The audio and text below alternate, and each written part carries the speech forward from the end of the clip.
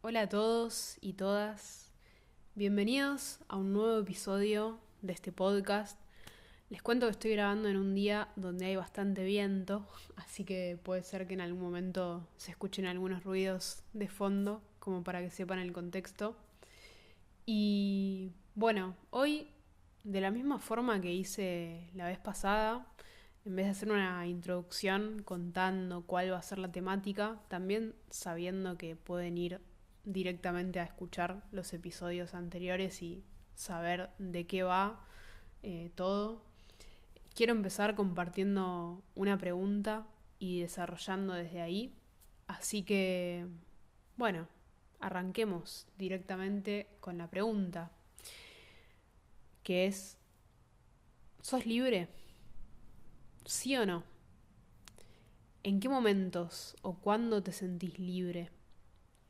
Si yo tenía que responder esa pregunta hace algunos años, o si pienso en lo que muchas personas responderían, porque es una pregunta que llevé muchas veces en talleres que compartí o que circulaba mucho en diferentes espacios, así que escuché respuestas de muchas personas, siempre hay algo que suele estar vinculado a esto de tener la posibilidad de elegir lo que queremos hacer, de poder eh, decidir qué hacer con nuestro tiempo. Eh, bueno, yo eh, muchas veces creía que la libertad sobre todo tenía que ver con, bueno, de repente tener ciertos recursos, por ejemplo, recursos económicos cubiertos, y entonces al no tener ciertas preocupaciones, poder elegir con más libertad qué hacer con mi tiempo, poder hacer eso que verdaderamente quiero hacer. Bueno, después siempre aparece también algo vinculado a la expresión creativa, a poder decir lo que sentimos, a poder eh, hacer algo artístico, por ejemplo, al poner en juego un talento o un don que tenemos, a todo eso que se siente ahí. Eh, Quizás en otro momento también hubiera respondido, bueno, hoy también lo podría responder, eh, que la libertad tiene mucho que ver con esa imagen de estar andando en bici y de repente agarrar una bajada y sentir el vientito en la cara. Pero bueno, eso es algo que tiene más que ver con una sensación placentera en ese caso, en varios de esos casos.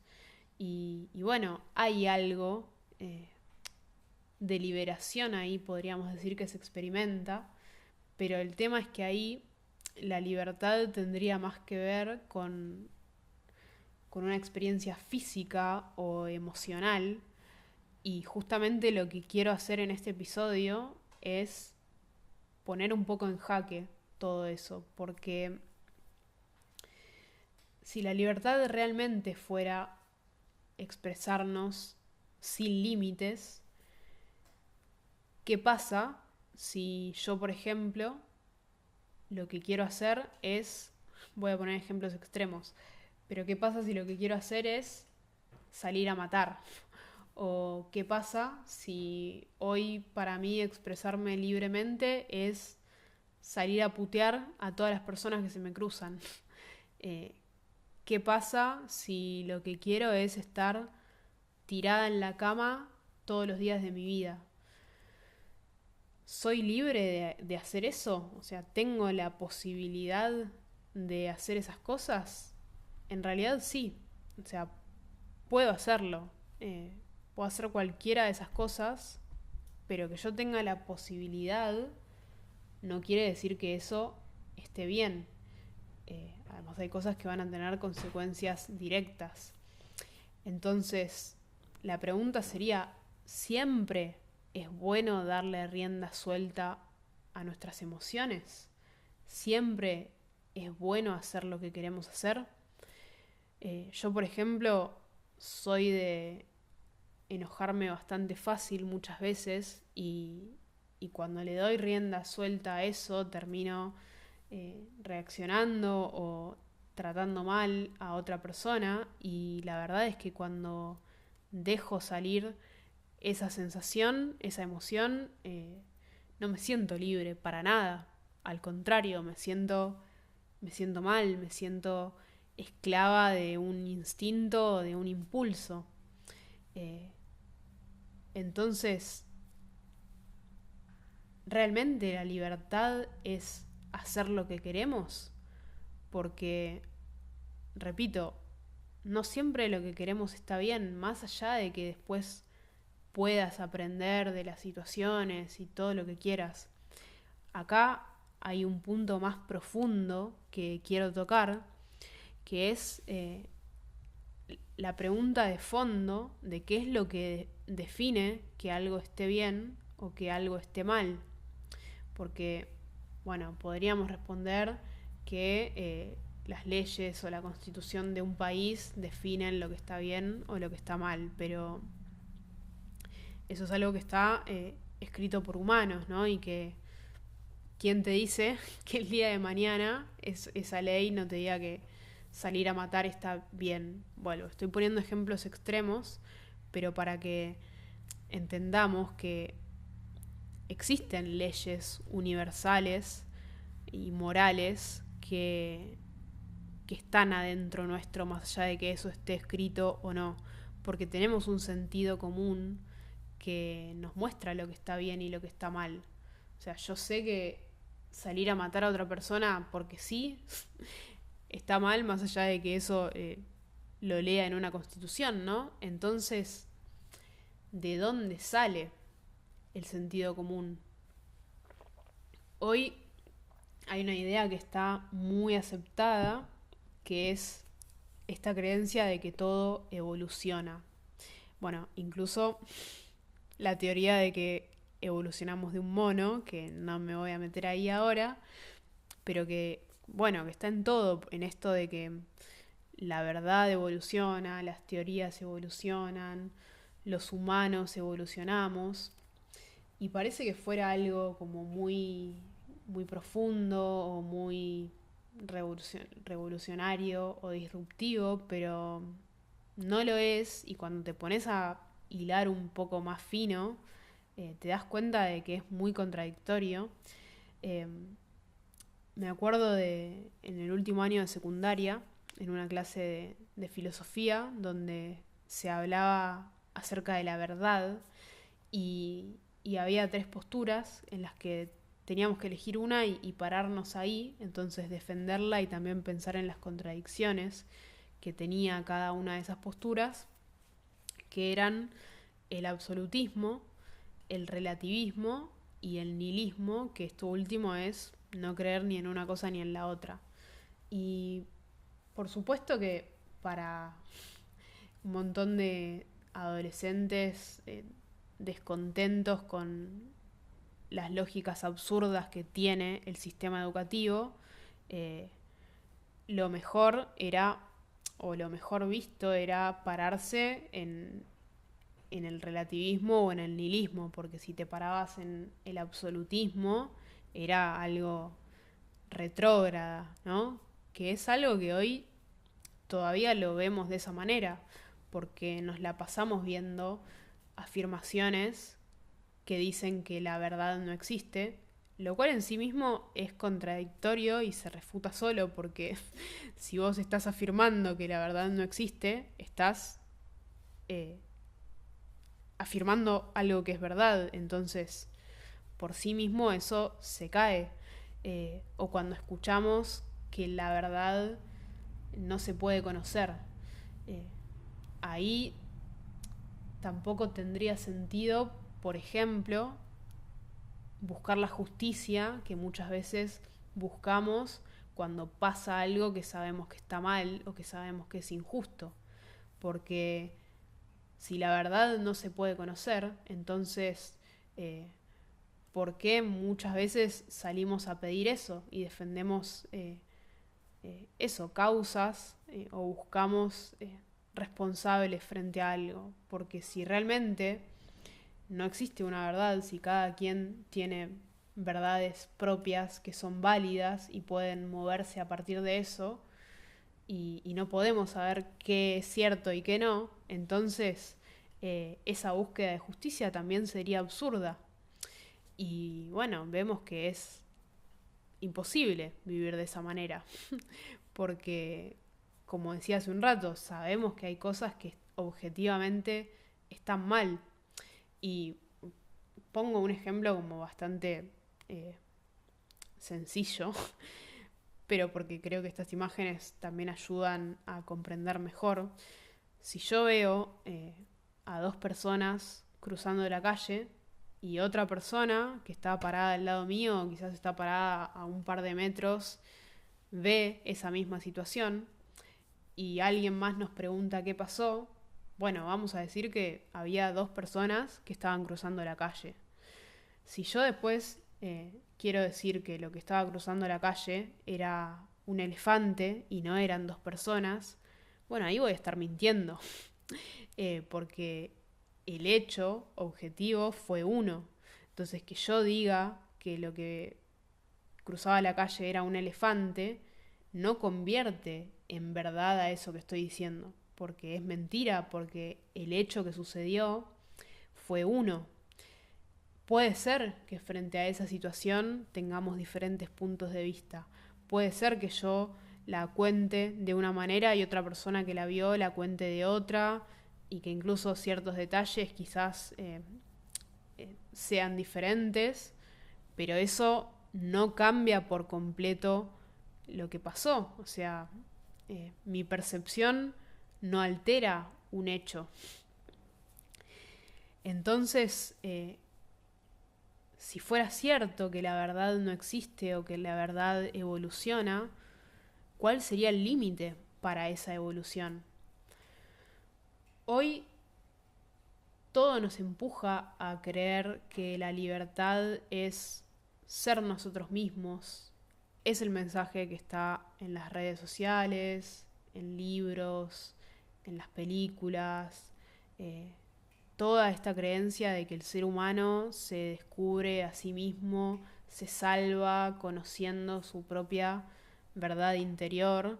Y bueno, lo verdadero termina siendo lo que a vos más te resuene, y tomar un poquito de acá y de allá para construir tu propia verdad. Y es algo súper confuso, es tan confuso como esta frase que siempre me pareció absurda, de que tu libertad termina donde empieza la libertad de otro.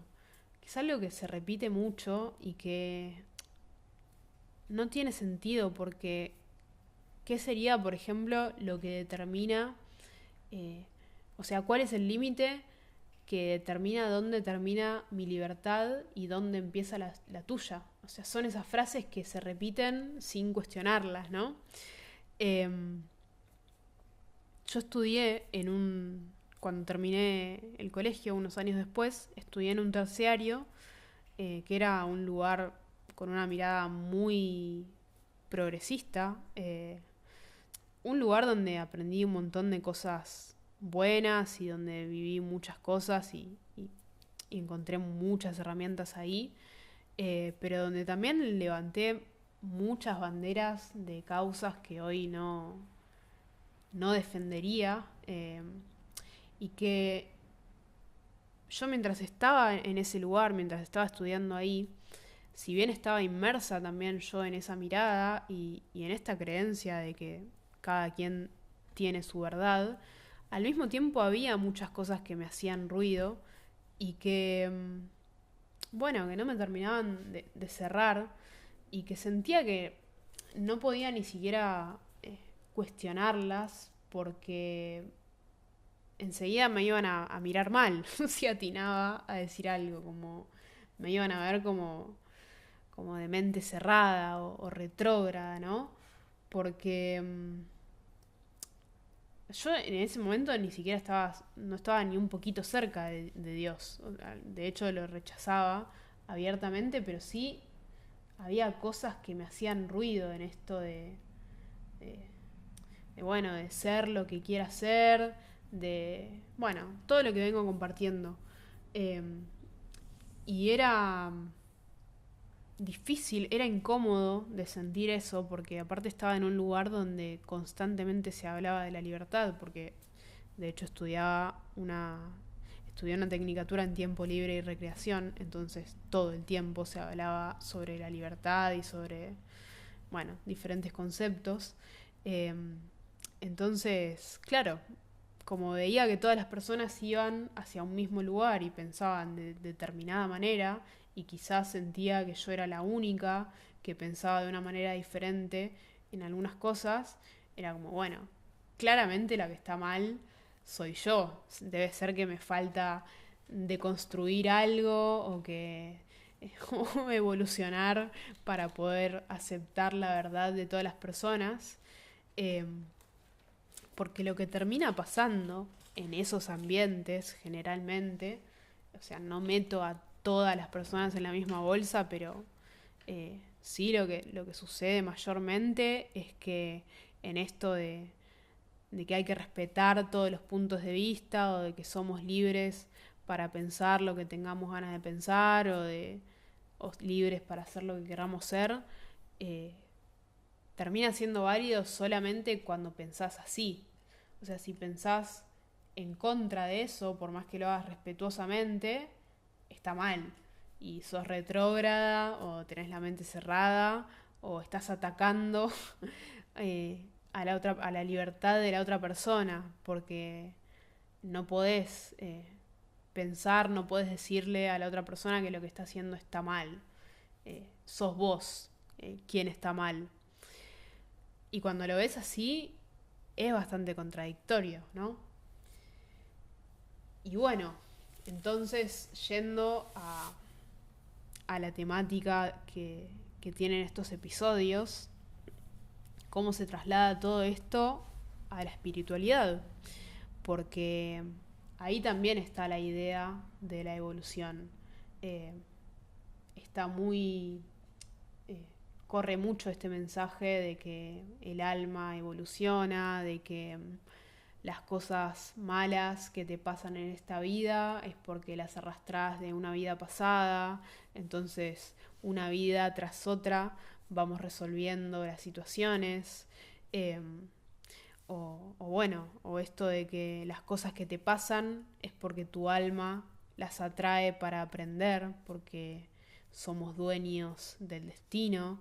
Bueno, estoy nombrando creencias así comunes que, como vengo diciendo, muchas yo también las creía, pero eh, ¿qué pasa en el plano espiritual si vamos a los hechos? El hecho principal es que vivimos en un planeta, dentro de un universo donde también hay otro montón de planetas, y estamos acá, existiendo. O sea, en eso estamos de acuerdo, porque si no, yo no podría estar grabando esto y vos no lo podrías estar escuchando, porque existimos. Entonces, si existimos, algo causó la existencia de este planeta, algo causó que estemos acá. Y ahí hay personas que se lo pueden atribuir al azar o a que todo existió eternamente y va a seguir existiendo. Hay otras personas que creen en un dios impersonal o en una fuerza. Bueno, puede haber un montón de creencias y estamos también de acuerdo en que cada persona puede pensar lo que tenga ganas de pensar. Eh, Vos podés pensar lo que quieras, yo puedo pensar lo que quiero. Ahora, nuestra creencia no determina que algo sea verdad. El hecho fue uno, o sea, hay una forma en la cual las cosas pudieron haber sido creadas. Hay una de esas posibilidades que es cierta. Entonces, ese hecho existe y si investigamos, si buscamos las evidencias, podemos llegar a conocer cuál es la verdad, podemos llegar a entender, al menos en una parte, cómo pasaron las cosas.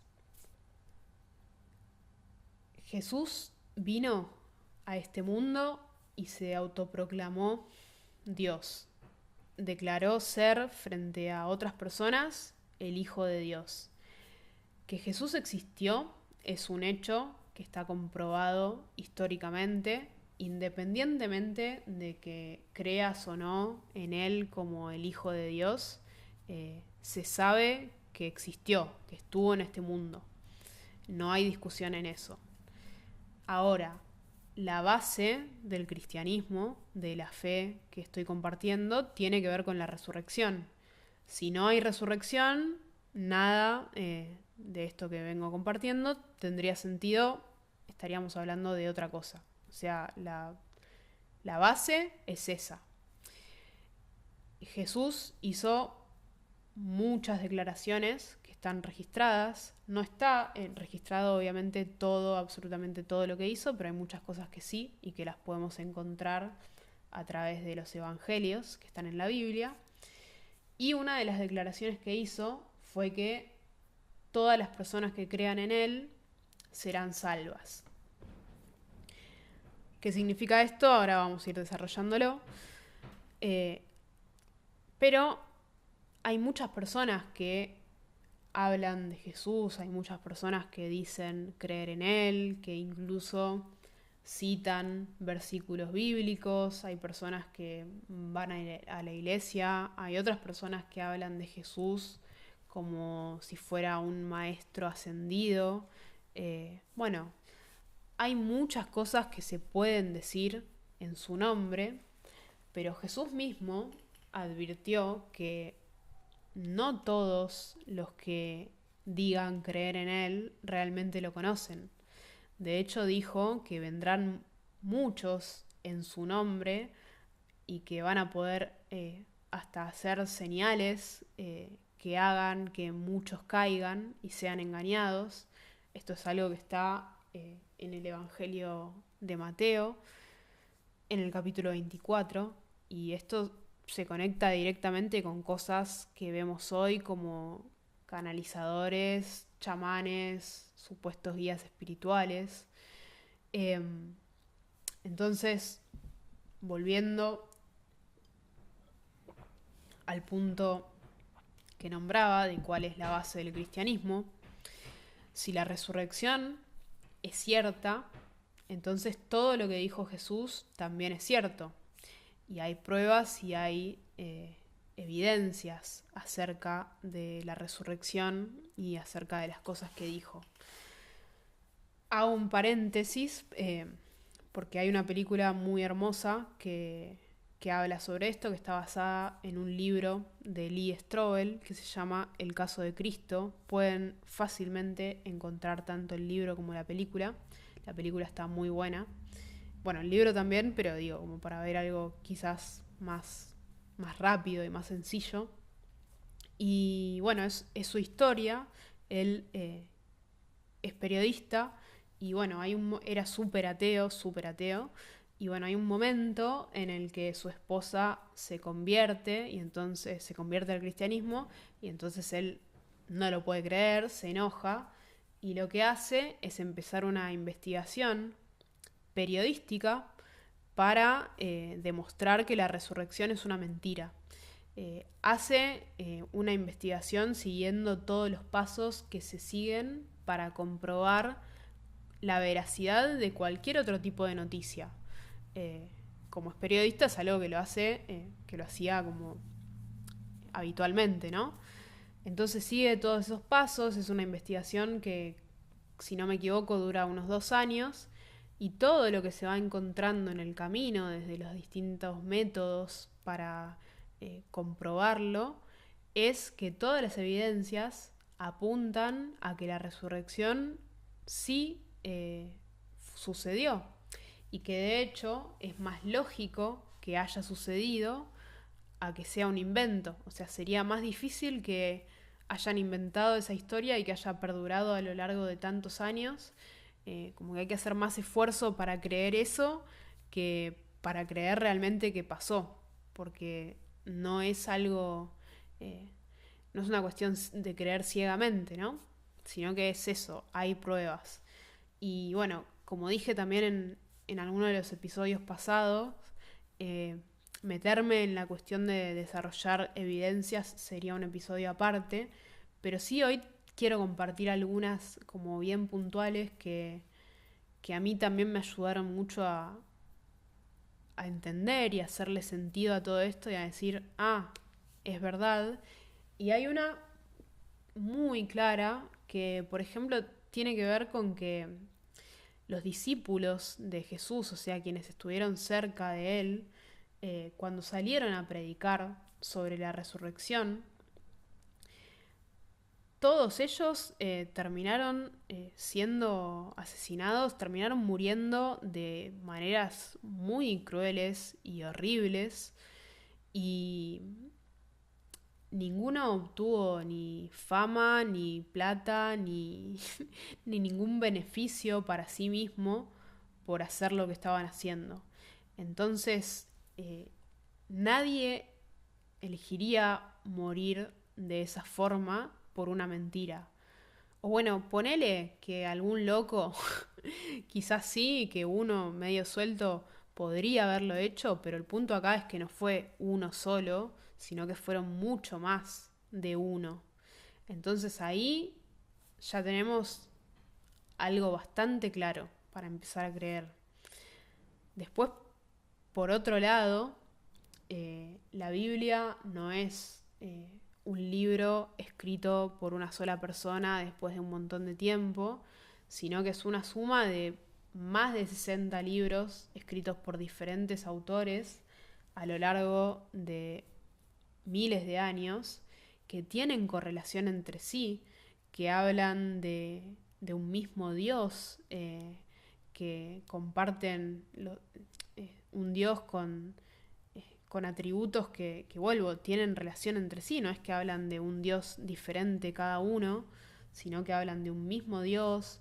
Hay muchas profecías escritas que se fueron cumpliendo a lo largo del tiempo, y sería imposible que esos autores se hubieran puesto de acuerdo entre sí para mentir de la misma forma, porque no se conocían entre sí, porque había mucho tiempo de distancia y porque no fue escrito en una época como hoy, donde de repente buscas en internet y bueno, ahí es más fácil, ¿no? O sea, ahí en ese momento no tenían esa posibilidad. De la mano con esto también, eh, los evangelios, que son los que narran justamente la vida de Jesús, tienen muy poco tiempo de distancia entre la resurrección y el momento en el que fueron escritos. Entonces, todavía en ese momento había personas que estaban vivas y que habían presenciado todo. Entonces, eh, si hubiera sido mentira, hubiera saltado la ficha rápidamente, ¿no? Y, y de hecho, en muchos otros libros de otros autores, por ejemplo, eh, manuscritos sobre Platón, tienen muchísimos, pero muchísimos más años de distancia entre la existencia de Platón y sus escritos, ¿no? O sea, por nombrar a uno, pero muchos otros, ¿no? Como muchos otros filósofos y demás. Entonces, hoy si vos compartís algo acerca de Platón, no va a venir alguien a decirte por qué crees en eso o por qué crees en ese cuento de hadas. Y sin embargo, con la Biblia sí pasa eso. ¿Y por qué pasa? Bueno, porque incomoda y porque si lo que está escrito en la Biblia es cierto, si es cierto que Jesús es el Hijo de Dios, que resucitó y que todo lo que dijo es verdad, entonces eso inevitablemente tiene consecuencias en nuestras vidas. Eso inevitablemente nos involucra e implica que tomemos una decisión, porque Jesús no vino a decirnos que todo estaba bien, que sigamos con nuestra vida de la misma forma. No vino a ser un coach de desarrollo personal, ni a enseñarnos a manifestar o a cómo cumplir nuestros sueños. No vino simplemente a decirnos que seamos buenas personas, sino que su mensaje principal fue: arrepiéntanse porque el reino de Dios está cerca. Y ese reino del cual predicaba es un reino que tiene que ver con la vida eterna. Es un reino que no está en este mundo. Hay un reino celestial que Dios tiene preparado para sus hijos, para quienes crean en Él y lo sigan. No para quienes sean buenas personas, entre comillas, ni para todo el mundo. Porque lo que dijo es que todos estábamos condenados, porque todos nos alejamos de Dios.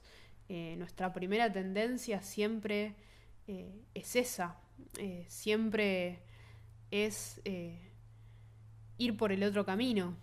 Y vino a mostrarnos que estábamos siendo esclavos del pecado, que estábamos siendo esclavos de este mundo que está completamente caído y que no había nada de lo que pudiéramos hacer por nuestros propios medios para ganarnos el perdón de Dios, porque siempre volvemos a equivocarnos cotidianamente.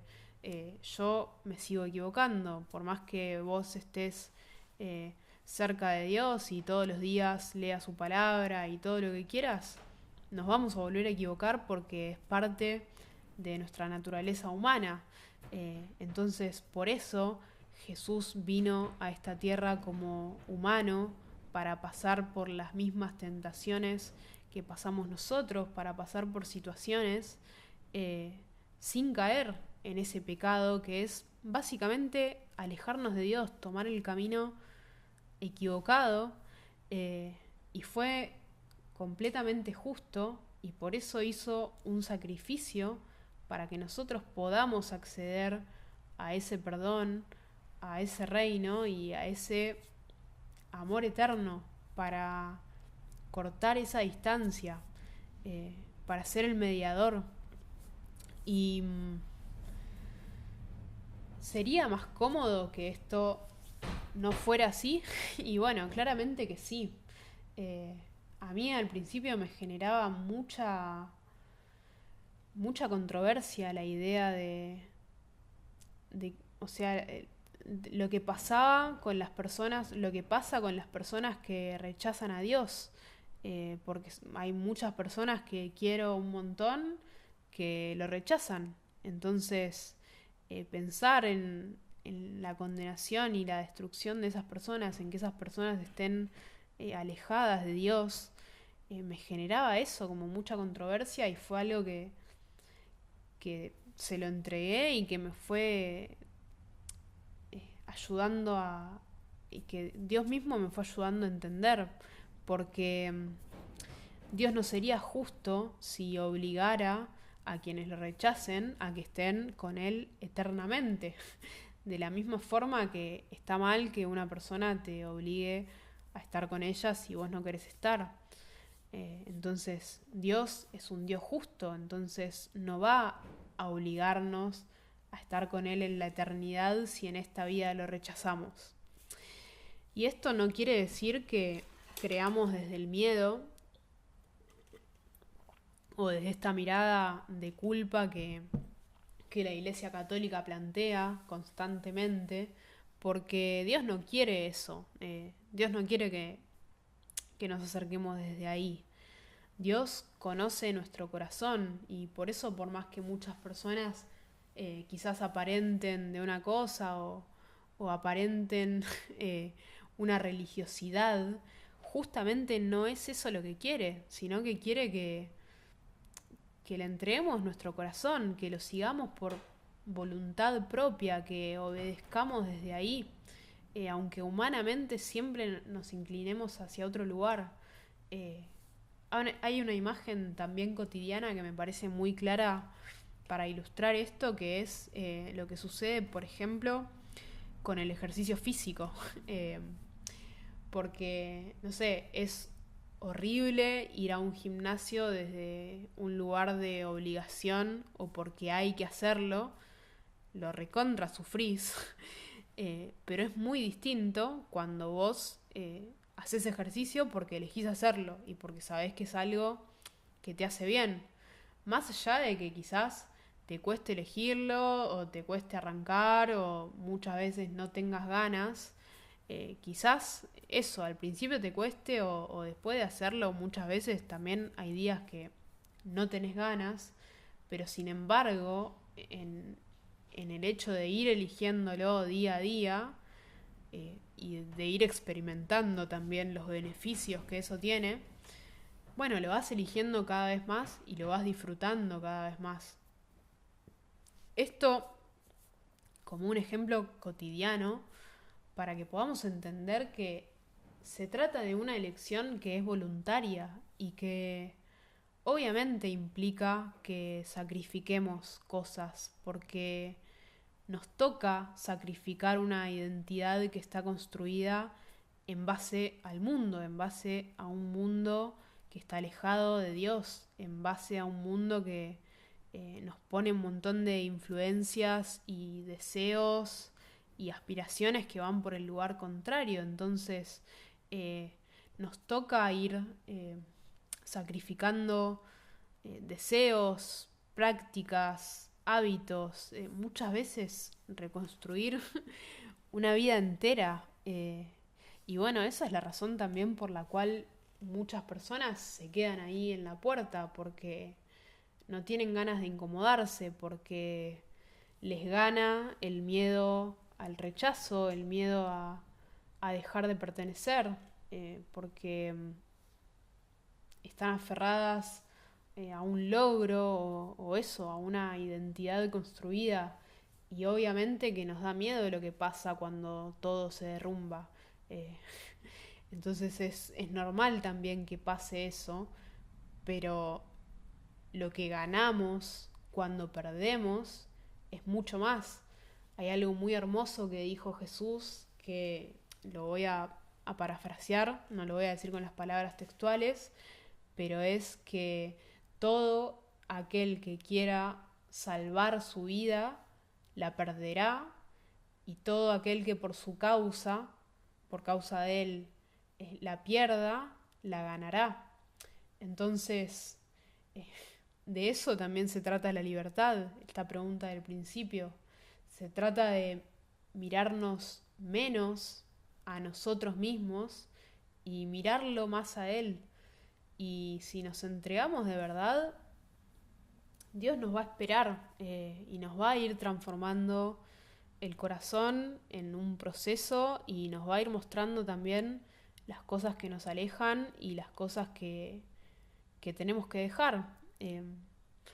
Yo, por ejemplo, en el momento en el que me empecé a acercar, bueno, yo tenía un montón de oráculos, bueno, no sé si un montón, pero tenía varios y me gustaba mucho tirar las cartas y buscaba bastante la guía ahí, si bien no es que lo tenía como, bueno, la verdad absoluta, no era así como un fanatismo ciego, eh, sino que lo usaba como una guía.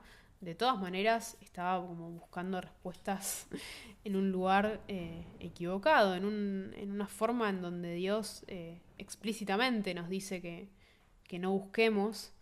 Y, y bueno, al principio por ahí me costó dejarlo porque me gustaba, me divertía, porque me habían costado bastante plata. Pero después, como que de una manera natural fui dejando de querer buscar ahí, porque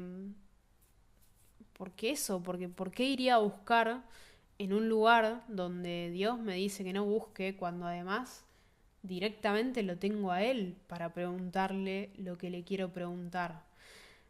Lo que pasa es que ahí es más cómodo para nuestra mente y para lo que conocemos que venga alguien a tirarnos las cartas y a darnos un mensaje directo, a darnos las respuestas, aunque sea simplemente eso, ¿no? Aunque sea simplemente una guía. Es más fácil eso. Y acercarnos a Dios implica un esfuerzo también de nuestra parte, implica sentarnos a leer su palabra, que es un libro enorme. Entonces, la primera respuesta de la mente cómoda muchas veces es, bueno, no, deja, no me voy a leer todo eso. Mejor me quedo con el mensaje canalizado en Instagram por una persona random que, bueno, como dice cosas que me resuenan y que son lindas y que me hacen sentido, entonces le creo. Yo ridiculizo algunas cosas porque me gusta reírme de esas situaciones, pero vuelvo a repetir, como ya lo dije también en los episodios anteriores y en este, que yo también estuve ahí. Entonces no es que estoy diciendo esto parada en un pedestal, ¿no? Sino que, o sea, yo estaba ahí. Todos los años me hacía la carta astral, por ejemplo. Eh, entonces, Dios no nos da respuestas inmediatas. Hay cosas que sí, nos las muestra como muy, con mucha claridad y muy rápido, pero hay muchas otras cosas que no. Eh, Sobre todo esas cosas que tienen que ver con eso, ¿no? Con la transformación del corazón, con todo ese proceso que hay que hacer.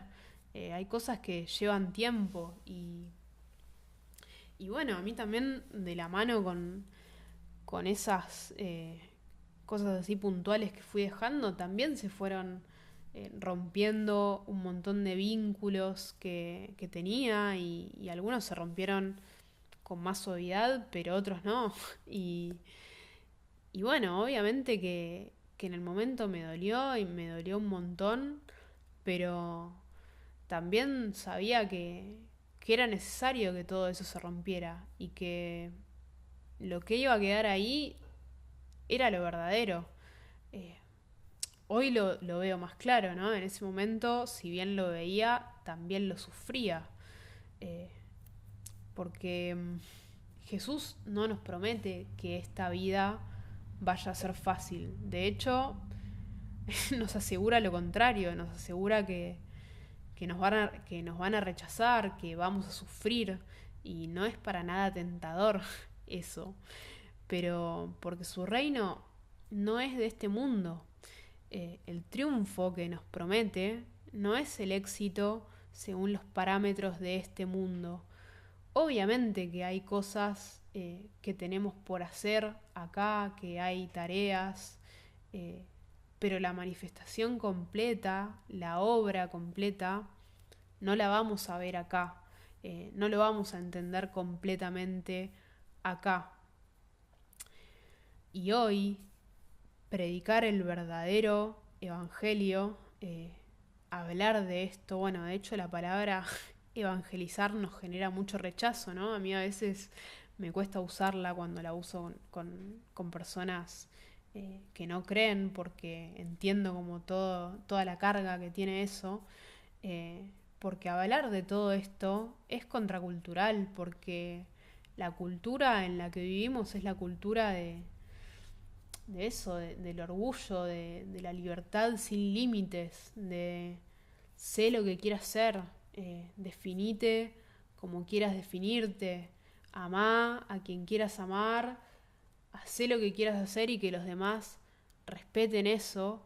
A mí nadie me va a decir qué hacer. Eh, los humanos siempre tendemos a creernos que somos dioses, que somos los dueños del destino, que sabemos todo, que tenemos la última palabra. Y la verdad es que no sabemos más que Dios. No sabemos más que Dios qué es lo que necesitamos. Por mucho eh, autoconocimiento o desarrollo personal, que no digo que todo eso esté mal, porque obviamente que hay algo valioso en la introspección y en el autoconocimiento, hay muchas herramientas que sirven y que tienen sentido. Yo lo que pongo ahí en cuestión es cuando eso es lo absoluto y cuando nos quedamos demasiado inmersos ahí. Eh, si Dios, que es quien nos creó, quien conoce los corazones, quien conoce mejor que nosotros qué es lo que necesitamos, porque justamente es quien nos diseñó. Si Él nos pone límites, es por algo. Tiene sentido que los ponga. Tiene sentido que nos diga esto sí y esto no. No lo hace porque es un Dios malo y perverso. Lo hace porque es un padre, porque sabe lo que necesitamos de verdad, porque sabe que siempre nos vamos para el otro lado, porque sabe que eso, sabe lo que necesitamos y muchas veces es lo contrario a lo que nosotros creemos que necesitamos. Dios tiene un propósito con nuestras vidas y, y sí, a veces quizás nos cuesta entenderlo, así como cuando éramos chicos nos costaba entender los límites muchas veces, eh, porque muchas veces a un niño o una niña vos le decís que no haga algo y no entiende y se enoja, pero vos lo hacés justamente porque sabés que lo estás cuidando. Eh, Nada, ojalá yo cuando era adolescente hubiera escuchado más a mi vieja en ciertas cosas, ¿no? Porque quizás, bueno, no me hubiera escabiado tanto eh, los fines de semana o no hubiera terminado caminando sola a la madrugada, saliendo de un boliche en cualquier lado, que gracias a Dios nunca mm, me pasó nada grave, pero hay muchas cosas que no las volvería a vivir para nada. Y bueno, y mi mamá me decía lo que pensaba sobre ciertas cosas que hacía, pero yo no la escuchaba y lo hacía igual. Entonces, ¿era más libre en ese momento por hacer lo que tenía ganas de hacer?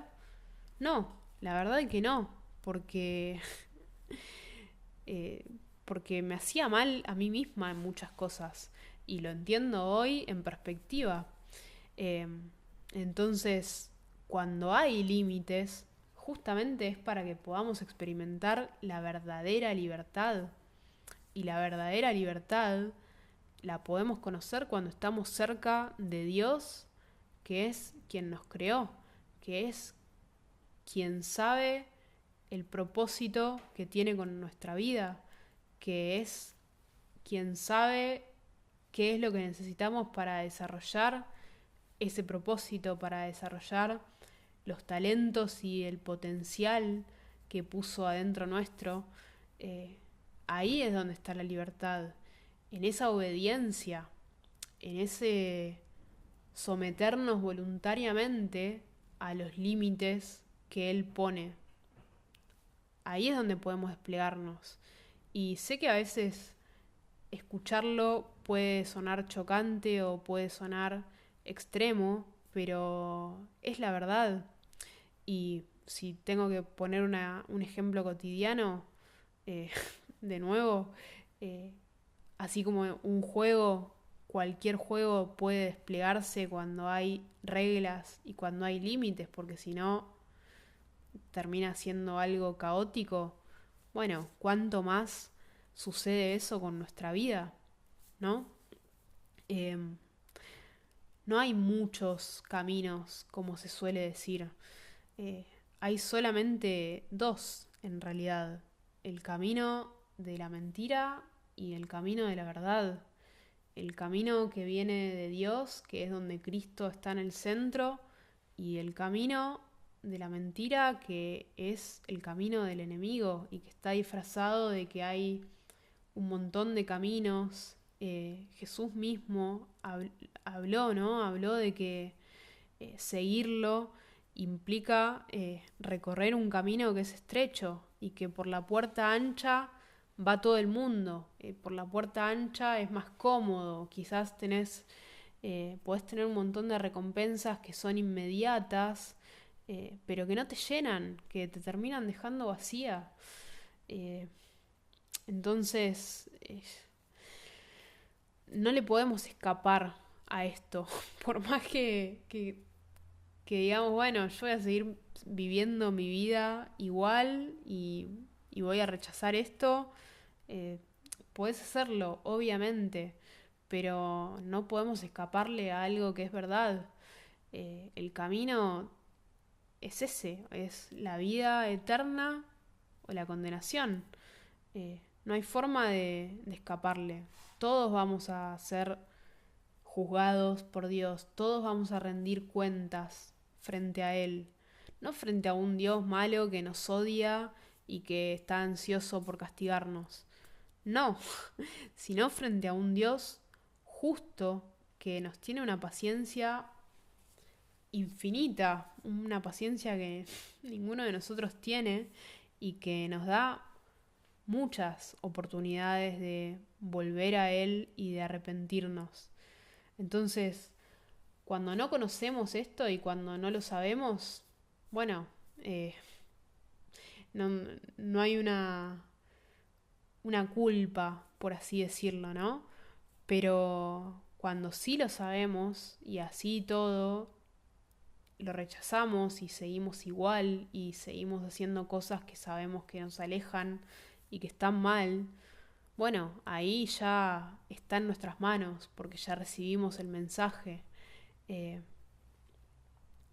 Hay un hecho que está narrado en los evangelios, en el Evangelio de Juan, donde los fariseos, que eran como las autoridades máximas en el momento en el que Jesús estaba, eran como los expertos en la ley de Dios, pero justamente ellos rechazaban a Jesús todo el tiempo y fueron los responsables principales también de su muerte en esta tierra.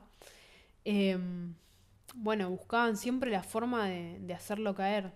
Y hay una situación donde llevan a una mujer que cometió adulterio para que Jesús la condenara y la apedrearan, que era lo que decía la ley en ese momento, que era la consecuencia. Y Jesús les responde con una frase que todos la conocemos, que es: el que esté libre de pecado, que tire la primera piedra. Porque los fariseos se creían que ellos eran muy puros y que los pecadores eran todos los demás. Y bueno, todas las personas somos pecadoras. Entonces Jesús pone eso en evidencia. Entonces ahí no les queda otra más que irse. Y cuando Jesús se queda solo con esa mujer, le dice: yo no te condeno, pero ahora anda y no peques más. No le dice: bueno, seguí haciendo lo que estabas haciendo, está todo bien, seguí con tu vida tal cual como está. No, le dice: ya sabes que esto está mal, entonces no lo hagas más, no lo sigas haciendo, no lo repitas. Eh, entonces, hay algo que inevitablemente se transforma cuando nos acercamos y cuando lo aceptamos. Esto no quiere decir que no nos sigamos equivocando, porque, vuelvo, nos sigue pasando eso constantemente, pero también cuando Dios está en nuestra vida, tenemos la posibilidad de mirar mejor, no mirarnos desde ir a mirar adentro, desde esta mirada que acostumbramos de esa obsesión por el autoconocimiento, sino desde mirar a Cristo, mirar sus obras, mirar lo que nos enseñó y entonces desde ahí poder mirarnos de otra manera. Eh,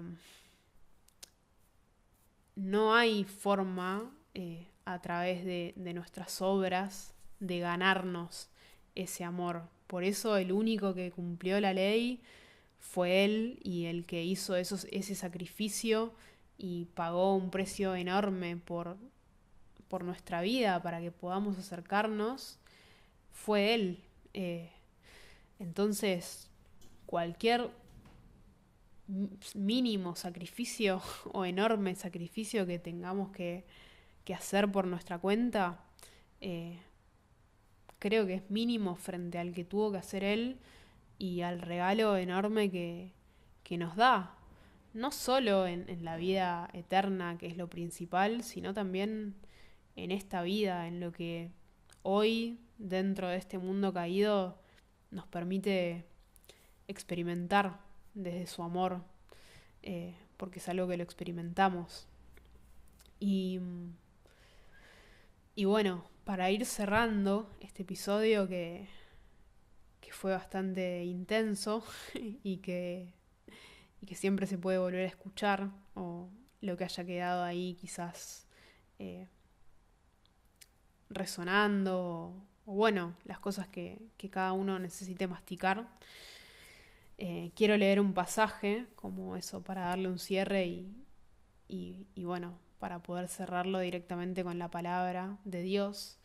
Eh, es un pasaje, es el capítulo 10 del Evangelio de Juan y que viene justamente después de situaciones en las cuales los fariseos lo acusan a Jesús por los milagros que hacía, porque no creían en él, no creían que fuera el Hijo de Dios, entonces todo el tiempo lo estaban acusando.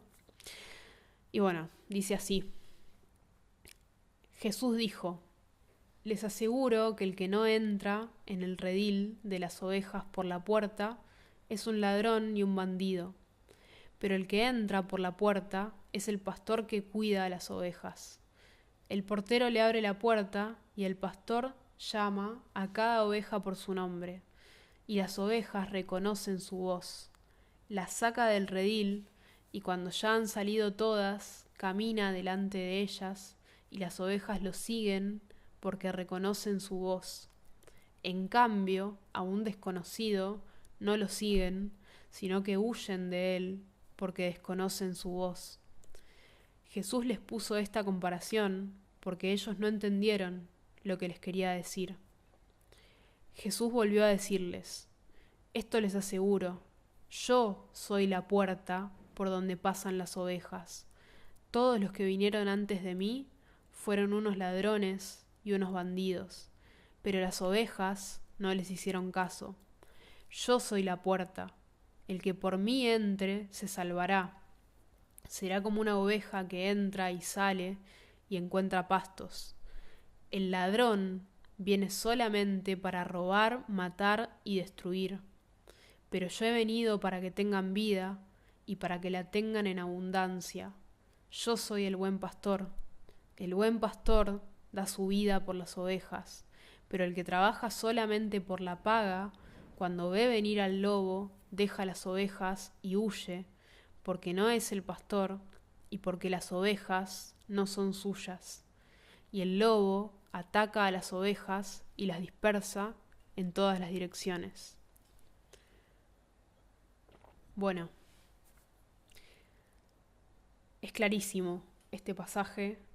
Lo leí muchas veces y sin embargo cuando estaba preparando este episodio y lo volví a leer, que no tenía planeado traerlo, pero eso, lo leí y fue muy claro porque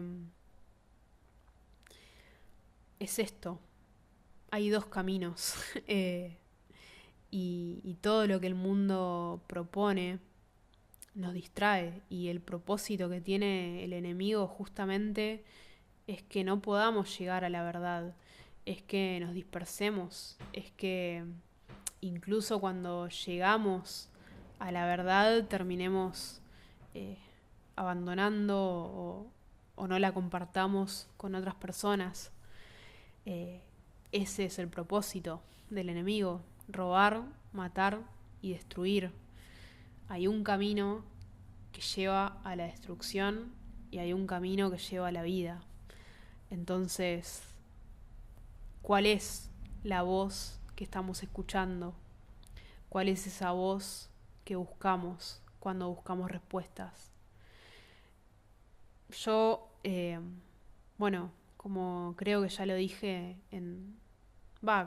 como lo vengo diciendo en los episodios anteriores, no busco que me crean directamente a mí porque lo que estoy compartiendo es mi testimonio, es lo que yo vengo experimentando con Dios.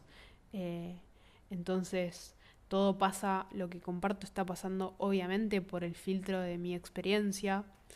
pero lo que busco con esto es que sea una semilla para que puedas directamente ir y buscar a Dios, que puedas hablarle y puedas pedirle a Él que te muestre la verdad, que te permita conocerlo, que te muestre las cosas que te alejan de Él.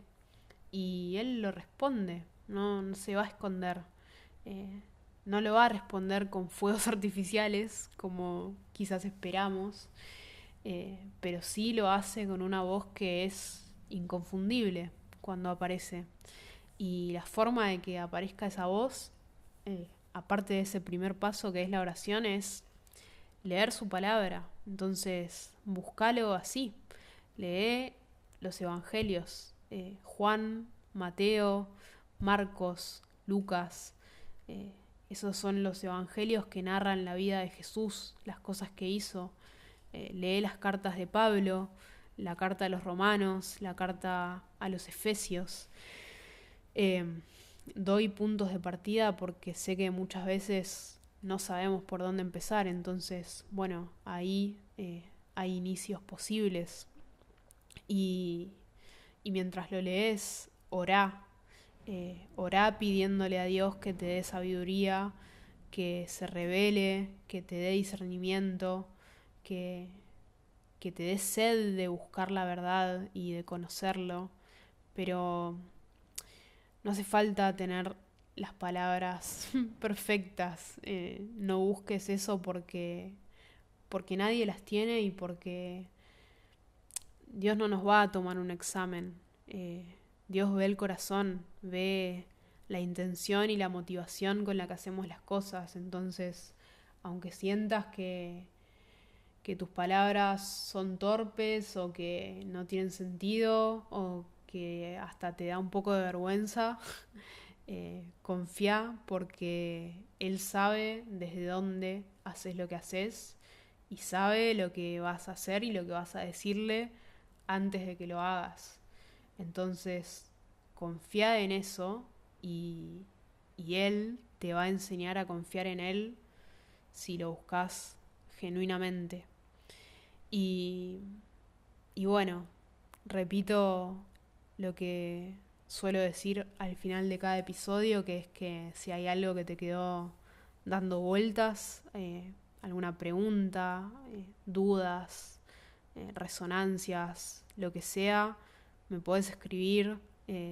La fe se construye desde ahí, se construye preguntando, así que estoy disponible para intercambiar. Y bueno, gracias por escuchar hasta acá.